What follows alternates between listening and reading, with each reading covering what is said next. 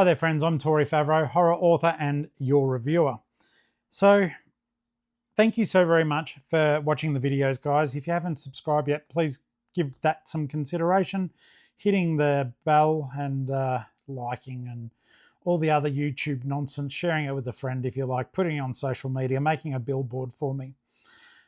What's the channel about? I review horror, books, movies, and other things non-horror related also. But for the most part, we are going to be looking at scary things, things that go bump in the night or are a little bit dark. So today's book review is Tender is the Flesh by Agustina Bazterrica. And if I butchered that, I am so sorry.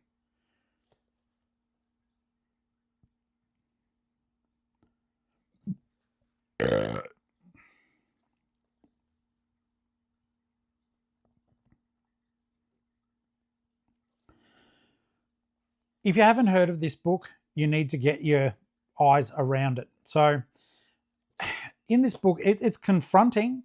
There are several trigger warnings in it, mainly regarding cannibalism. It was so well written though. So in this particular future,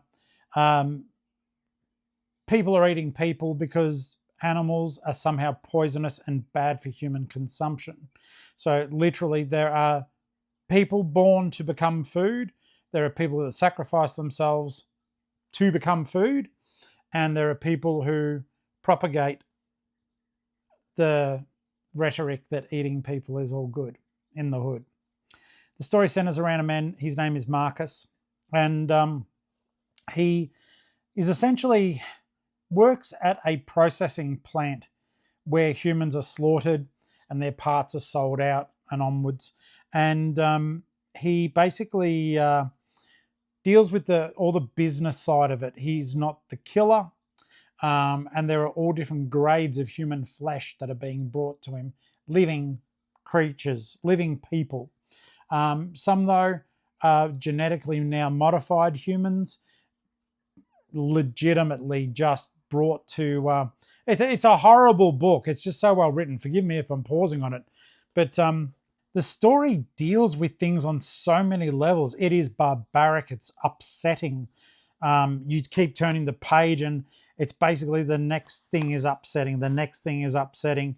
And eventually, though, what happens is Marcus starts thinking about what's being done to people and the way that they're doing it, and slowly starts to change. I can't tell you more because there's a brilliant twist at the end that you won't see coming. But it is just a disgustingly amazing book that you really should try. It's beautifully written. It is one of those things. I recently bought another one of Augustina's books as well, somewhere on the shelf here. I haven't got around to it yet. It is called The Unworthy. So there you go. That wasn't a setup, but it's just, I haven't read that one yet, so I'm keen to get into that.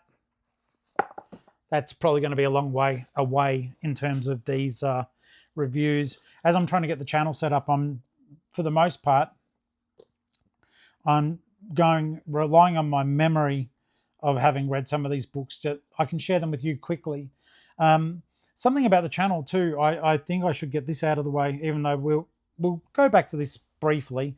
I can't really tell you more without wrecking it, other than saying, like I told you, it's basically how I feel about a book and how it made me feel, and whether or not I would recommend it based on that. I most certainly recommend this book based on all of these things. But I am not one of these people. This is not going to be one of those channels where I read 5 or 6 books a week. I have another job. I'm also an author. I spend time writing, and I've also got another YouTube channel where I talk about what I do for a living, in case anyone wonders. It's not being an author or a reviewer full-time. I buy and sell things on eBay, and I do a YouTube channel, which is mildly successful. And it's called the Geelong Flipper. So if any of the people who watch me do that are watching this as well, thank you so very much. I really appreciate all the support. But so yeah, I'm busy. I don't have time to read multiple books. I read every day, but I would not. I'm never going to have freshly read 5 books a week for you or anything like that. I doubt it anyhow.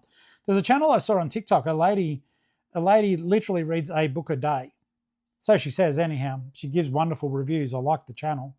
But I was like, wow, imagine having the following and the free time to literally just sit there, read a book a day and then talk about it. Her library must be massive, as opposed to my to-be-read pile, which is also massive. I don't know if you guys notice this. Like, if you love books like I do, it's so easy just to just keep buying them. I'll get to them one day, I tell myself. And I do, but sometimes other books jump on top. So I don't know. How do you guys sort your TBR? Do you literally set it up that it is in the order you have purchased them and that's how it has to be done? Or do you have books that sneak their way to the top? I have books that constantly are sneaking their way to the top. If I was to put it on my bookcase, I've got another 5 bookcases in my garage, which is set up as my little office. If I was to set them all up in order of my TBR, I think I'd be in a lot of trouble and a lot of years of reading, whereas I like jumping the gun sometimes. So yeah, the channel won't be about that, but what I am going to do, I'm going to give myself a small challenge, and you guys can do it as well.